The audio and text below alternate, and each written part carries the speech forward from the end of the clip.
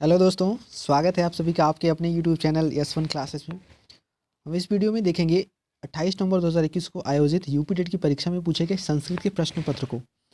इसमें कुल 30 प्रश्न होंगे और हालांकि ये परीक्षा पेपर लीक होने की वजह से कैंसिल हो गई थी, लेकिन फिर भी इसमें जो भी प्रश्न पूछे गए थे उनको एक बार अवश्य हमको देख लेना चाहिए, कोई भी UP TET upcoming UP TET exam को देने से पहले।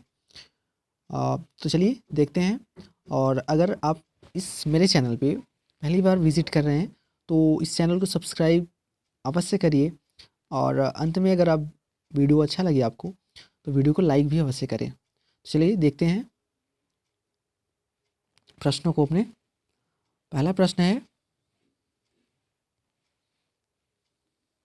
ये रहा पहला प्रश्न। इसमें पूछा गया है कि संस्कृत का पहला प्रश्न, ओके। इसमें पूछा गया है कि बताइए व्याकरण शिक्षण की मुख्य विधि है।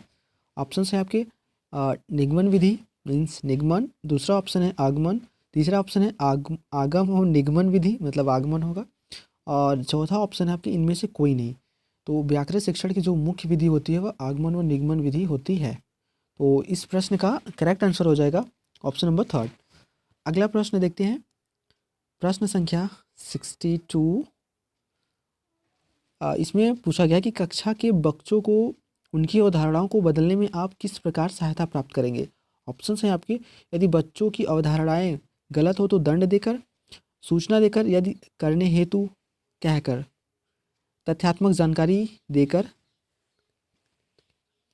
और चौथा ऑप्शन है आपकी अवधारणाओं के बारे में बच्चों को अपनी समझ को व्यक्त करने का अवसर देकर। तो कक्षा के बच्चों को उनकी अवधारणाओं को बदलने में आप किस प्रकार सहायता करेंगे हमसे पूछा गया था। तो यहाँ दंड वाली बात तो हमेशा गलत होती है, और याद भी करने वाली बात गलत होती है। तथ्यात्मक जानकारी देकर भी नहीं हो सकता। हाँ, आप कर सकते हैं कि अवधारणाओं के बारे में बच्चों को अपनी समझ को व्यक्त करने का अवसर देकर आप कर सकते हैं। तो इस प्रकार करेक्ट आंसर हो जाएगा ऑप्शन नंबर 4 हो जाएगा इसका। अगला प्रश्न देखते हैं, प्रश्न संख्या 63। और इसमें पूछा गया है कि मातृभाषा सीखने का स्वाभाविक क्रम है। ऑप्शन है आपके बोलना, सुनना, पढ़ना, लिखना। सेकेंड ऑप्शन है बोलना, सुनना, लिखना तब पढ़ना।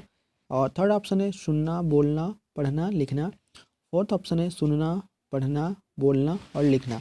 इसका मतलब मातृभाषा सीखने में सबसे पहले क्या होता है, तो हम सबसे पहले सुनते हैं। मतलब हमारी एक ट्रिक है SBPL, SBPL मीन्स सुनना, यस से हो गया, बी से हो गया बोलना, और पी से हो गया पढ़ना, और एल से हो गया लिखना। ओके, तो यस BPL कार्ड होता है ना, बस आप उससे याद कर लीजिए कि यस मेरे पास है BPL कार्ड। यस BPL से हमेशा इस प्रश्न को याद करेंगे। तो सुनना, बोलना, पढ़ना, लिखना ये है आपका ऑप्शन नंबर थर्ड में।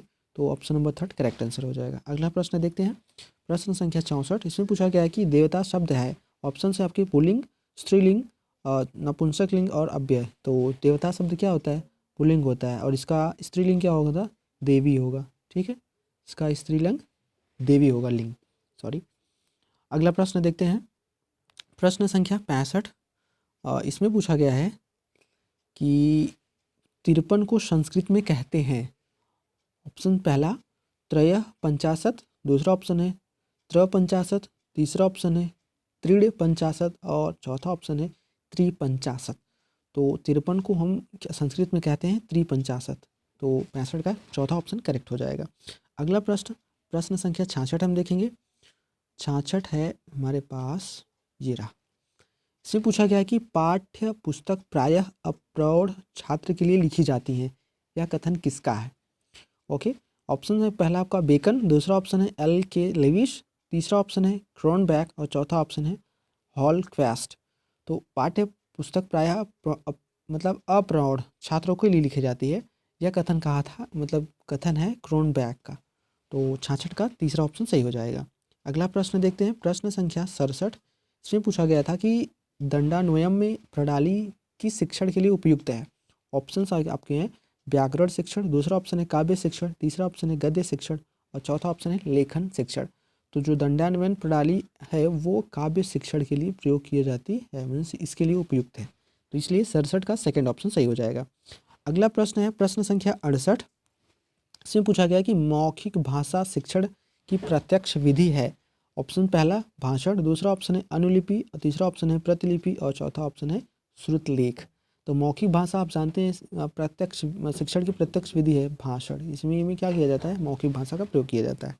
अगला प्रश्न, प्रश्न संख्या 69, इसमें पूछा गया है कि कुटिम शब्द का मतलब का अर्थ है होना चाहिए, यहाँ क्या पर लिखा है।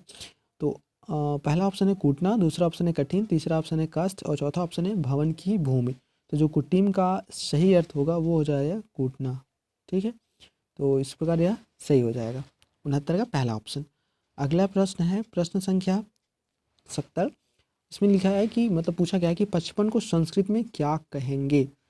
ऑप्शन पहला है 50, दूसरा ऑप्शन है पंच 50, तीसरा ऑप्शन है पंचनवति और चौथा ऑप्शन है पंचशत। तो 55 को हम क्या कहेंगे, पंच 50। तो इसलिए 70 का सेकेंड ऑप्शन सही हो जाएगा। अगला प्रश्न है अगला प्रश्न क्या, अगर आपको वीडियो अच्छा लगे तो वीडियो को लाइक करें और अपने दोस्तों के साथ शेयर ज़रूर करिएगा और चैनल को प्लीज़ सब्सक्राइब कर लीजिए और कमेंट भी करिएगा कि आप मतलब ये वीडियो कैसा लगा, क्या कमी रह गई या फिर मुझे क्या सुधार करना चाहिए, ये सब। अगला प्रश्न देखते हैं, प्रश्न संख्या अब हम 71 मीन 71, ये रहा। इसमें पूछा गया है कि निम्नलिखित में से कौन सी कृति महाकवि कालिदास विरचित नहीं है। ओके, तो इसमें ऑप्शन है आपके अभिज्ञान शाकुंतलम, दूसरा है विक्रमोर्वशीयम, चौथा ऑप्शन है उरुभंगम और चौथा ऑप्शन है मालविकाग्निमित्रम। तो महाकवि कालिदास द्वारा रचित कौन सी रचना नहीं है ना, तो ये तीसरा ऑप्शन है आपका उरुभंगम, ये नहीं है, ठीक है। बाकी अभिज्ञान शाकुंतलम, विक्रमोर्वशीयम और मालविकाग्निमित्रम है। तो इस प्रश्न का करेक्ट आंसर हो जाएगा ऑप्शन नंबर 3। अगला प्रश्न है प्रश्न संख्या 72, इसमें पूछा गया है कि श्री शब्द प्रथमा विभक्ति एक वचन का रूप है, मतलब श्री शब्द का प्रथमा विभक्ति और एक वचन का रूप पूछा गया है। तो ऑप्शन पहला है श्री, दूसरा ऑप्शन है श्रेय, तीसरा ऑप्शन है श्रियम और चौथा ऑप्शन है श्रेयाम। तो प्रथमा विभक्ति एक वचन हो जाएगा श्री, तो करेक्ट ऑप्शन हो जाएगा 72 का पहला। अगला प्रश्न है कि अहम शिशुम पश्यामि को कर्मवाच में परिवर्तित करने पर रूप प्राप्त होगा, कौन सा रूप प्राप्त होगा, ये पूछा गया। ऑप्शन है आपके मया शिशु दृश्यते, दूसरा ऑप्शन है मया शिशु दृश्यते और चौथा शिशु में दूसरे में, और तीसरा ऑप्शन है अहम शिशु दृश्यते और चौथा ऑप्शन है अहम शिशुम दृश्यते। तो अहम शिशुम पश्याम का जो कर्मवाच्य होगा वो हो जाएगा मया शिशु दृश्यते। तो इसलिए 73 का पहला ऑप्शन सही हो जाएगा। अगला प्रश्न है प्रश्न संख्या 74, इसमें पूछा गया कि पाणिना मुखम प्रक्षालयत में पाणिना कारक है, मीन्स पाणिना कौन सा कारक है। ऑप्शन है आपका पहला अपादान कारक, दूसरा ऑप्शन है अधिकरण कारक, तीसरा कर्ता कारक और चौथा करण कारक। तो पाणिनाम मुखम प्रक्षालयत में कौन सा कारक है, करण कारक, कर्ता ने कर्म को करण से, ठीक है। ये हो जाएगा 74 का चौथा ऑप्शन करेक्ट हो जाएगा। अगला प्रश्न है प्रश्न संख्या 74, इसमें पूछा गया है कि अनुस्वार का उच्चारण स्थान है। तो जो अनुस्वार का उच्चारण स्थान ऑप्शन है आपके ओष्ठ, दूसरा ऑप्शन है तालु, तीसरा ऑप्शन है कंठ और चौथा ऑप्शन है नासिका। तो अनुस्वार का जो उच्चारण स्थान होता है वो क्या होता है, नासिका वाला। ओके, अगला प्रश्न है प्रश्न संख्या 76, इसमें पूछा गया है कि सार्गिन प्लस जया का संधिकृत रूप होगा, मतलब दोनों को मिला के क्या बनेगा। तो ऑप्शन है आपके सारिंगिंजय, फिर वही है सारिंगिंजय, सारिंगमंजय या फिर सारिंगजय, जो भी आप पढ़ लीजिएगा अच्छे से। तो इसका मतलब संधिकृत रूप होगा वो होगा ऑप्शन नंबर फर्स्ट, 76 का पहला ऑप्शन सही हो जाएगा। ओके, आप अपने हिसाब से पढ़ लीजिएगा। हाँ, अगला ऑप्शन मतलब अगला प्रश्न संख्या 77, इसमें पूछा गया कि उपकृषणम में समास होगा। ऑप्शन पहला कर्मधारय समास, दूसरा केवल समास और तीसरा द्वंद्व समास और चौथा ऑप्शन है अव्ययी भाव समास। तो यहाँ केवल समास तो होगा नहीं, कर्मधारय, यहाँ देखिए उप लिखा है ना, तो उप जहाँ भी आ जाए वह कौन सा समास होगा, अव्ययी भाव समास। उपकूलम, उपकृष्णम, हिंदी में भी ऐसा होता है, संस्कृत में भी ऐसा। तो इसलिए 77 का चौथा सही हो जाएगा। अगला प्रश्न संख्या 78, इसमें पूछा गया निम्न में से कौन उपसर्ग है। ऑप्शन पहला दुस, दूसरा ऑप्शन है दूर, तीसरा ऑप्शन है दूर, चौथा ऑप्शन है दूरा। तो कौन सा ऑप्शन मतलब उपसर्ग है, उपसर्ग मतलब पहले शब्द के पहले लगा के उसका अर्थ बदल देता है, तो ये हो जाएगा दूर, मतलब र आधा रहेगा न कि पूरा रहेगा। ओके, 78 का दूसरा ऑप्शन सही हो जाएगा। अगला प्रश्न है 79, इसमें पूछा गया है कि अव्यय शब्द नहीं है। कौन सा शब्द अव्यय नहीं है? ऑप्शन है पहला कदा, दूसरा पुरा, तीसरा सायं और चौथा नृपः। तो अव्यय शब्द नहीं है ना, बाकी नृपः नहीं है। नृपः मतलब होता है राजा, तो ये अव्यय शब्द नहीं है, बाकी सब है। अगला प्रश्न, प्रश्न संख्या 80, इसमें पूछा गया है कि शतकत्रय के रचनाकार हैं। ऑप्शन पहला पंडित राज जगन्नाथ, दूसरा ऑप्शन है जयदेव, तीसरा ऑप्शन है भर्तृहरि और चौथा ऑप्शन है अमरूक। तो शतकत्रय के रचनाकार हैं भर्तृहरि। ओके, तो 80 का तीसरा सही हो जाएगा। अगला प्रश्न देखते हैं हम लोग। प्रश्न संख्या 81, इसमें पूछा गया है कि 13 को संस्कृत में कहेंगे। ऑप्शन पहला त्रयोदश, दूसरा ऑप्शन है त्रिदश और तीसरा ऑप्शन है त्रयोदश और चौथा ऑप्शन है इनमें से कोई नहीं। तो हमारे घर कार्ड भी आता है ना, त्रयोदशा निमंत्रण पत्र, तो ये त्रयोदश हो जाएगा 13। ओके, तो 81 का तीसरा ऑप्शन सही हो जाएगा।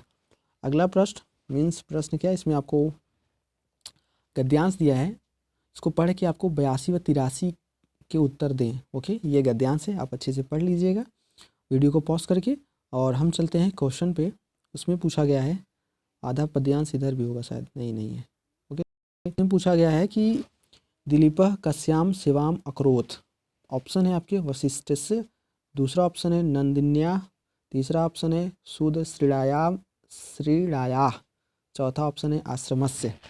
तो आप अगर पैसेज पढ़ेंगे तो आपको उसमें साफ साफ मतलब वो दिख जाएगा कि दिलीपः कस्याम सेवाम अकरोत् मतलब किसका सेवा किया था। तो यहाँ नंदिनिया आपको ऑप्शन मतलब उत्तर आपको मिलेगा पैसेज से।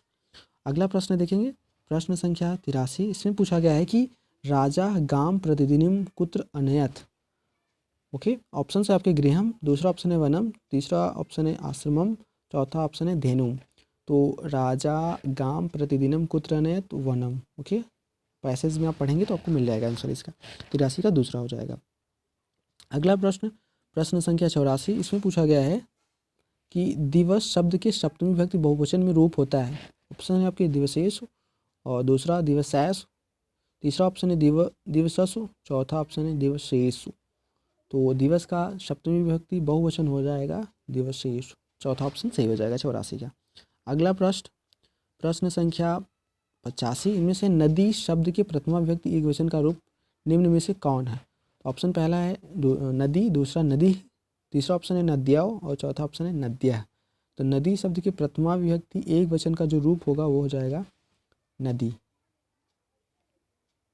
ठीक है, करेक्ट हो जाएगा। अगला प्रश्न है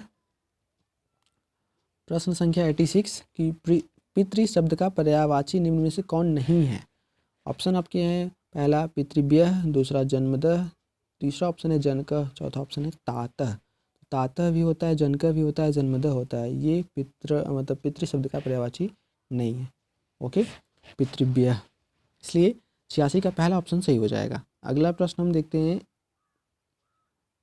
87 प्रश्न, ये रहा। इसमें पूछा गया है कि कोयल को संस्कृत में कहते हैं। ऑप्शन से आपके गरुड़, वायसः, दूसरा ऑप्शन है तीसरा चकोर और चौथा ऑप्शन है पिकः। ऑप्शन हम दिखा देते हैं अच्छे से, ये रहा। तो कोयल को हम संस्कृत में क्या कहेंगे, पिकः कहेंगे, इसलिए 87 का चौथा सही हो जाएगा। अगला प्रश्न, प्रश्न संख्या 88, इसमें आपको अंगुली का वाचक संस्कृत शब्द है। ऑप्शन है करः, दूसरा ऑप्शन है कर शाखा, तीसरा ऑप्शन है करतलम, चौथा ऑप्शन है स्कंधः। तो अंगुली का जो करेक्ट मतलब संस्कृत शब्द होगा वो हो जाएगा कर शाखा, हाथ की शाखाएं। तो करतलम मतलब हो जाएगा हथेली, क्या हो जाएगा हथेली, और कर मीन्स आप जानते ही हैं हाथ हो जाएगा, और इसका मतलब स्कंधा मतलब कंधा। अगला प्रश्न देखते हैं, प्रश्न संख्या 89, इसमें पूछा गया है कि व्याकरण पद्धति को निम्न में से किस अन्य नाम से जाना जाता है। ओके, तो ऑप्शंस हैं आपके हर्बार्टीय पद्धति, दूसरा ऑप्शन है पाठशाला पद्धति, तीसरा ऑप्शन है सामान्यीकरण, चौथा ऑप्शन है विशेषीकरण। तो व्याकरण पद्धति को अन्य नाम से जाना जाता है पाठशाला पद्धति के नाम से। 89 का दूसरा ऑप्शन सही हो जाएगा। तीसरा ऑप्शन मतलब अगला प्रश्न, प्रश्न संख्या 90 और लास्ट है, क्या है कि निम्न में कौन सा वाणी का रूप नहीं है। ऑप्शन पहला परा, दूसरा पश्यन्ति, तीसरा वैखरी और चौथा ऑप्शन है उत्तमा। तो वाणी का जो रूप नहीं है वो है पश्यन्त। ठीक है, 90 का दूसरा ऑप्शन सही हो जाएगा। अब ख़त्म, प्रश्न हो गया 30, संस्कृत के 30 प्रश्न हो गए। अगर आपको वीडियो अच्छा लगा हो और इससे आपको कुछ हेल्प मिली हो तो वीडियो को कृपया करके लाइक करें, और जो भी यूपी टेट के एस्पिरेंट हों, एग्ज़ाम देने वाले हों, उनके साथ शेयर करें, और चैनल को डू सब्सक्राइब, कृपया सब्सक्राइब कर लीजिए, ताकि ऐसे ही महत्वपूर्ण जब भी वीडियो मैं अपलोड करूँ आपको सबसे पहले पता चले। और प्लीज़ कमेंट ज़रूर करिएगा कि मतलब कैसा रहा मेरा पढ़ाना, मतलब बताना कुछ समझ में, ऐसे पढ़ाना क्या, मैं कुछ सब कुछ बताया ही हूँ। और वैसे सब संस्कृत मेरा सब्जेक्ट नहीं है, फिर भी मैंने कोशिश की है। आप अपने हिसाब से बाकी आंसर चेक कर लीजिएगा। और जो भी मतलब आपको लगे कि कमेंट करना चाहिए, कुछ अच्छा बोल बताना हो, कुछ सजेस्ट करना हो, तो कृपया करके आप कमेंट कर सकते हैं। और मेरे टेलीग्राम चैनल को ज्वाइन करने के लिए आप मतलब डिस्क्रिप्शन में लिंक है, वहाँ से आप मेरे टेलीग्राम चैनल को ज्वाइन कर सकते हैं, ताकि आप कुछ भी मतलब मेरे साथ डायरेक्ट कंटेक्ट कर सकते हैं। वीडियो देखने के लिए आपका बहुत बहुत धन्यवाद। थैंक्स।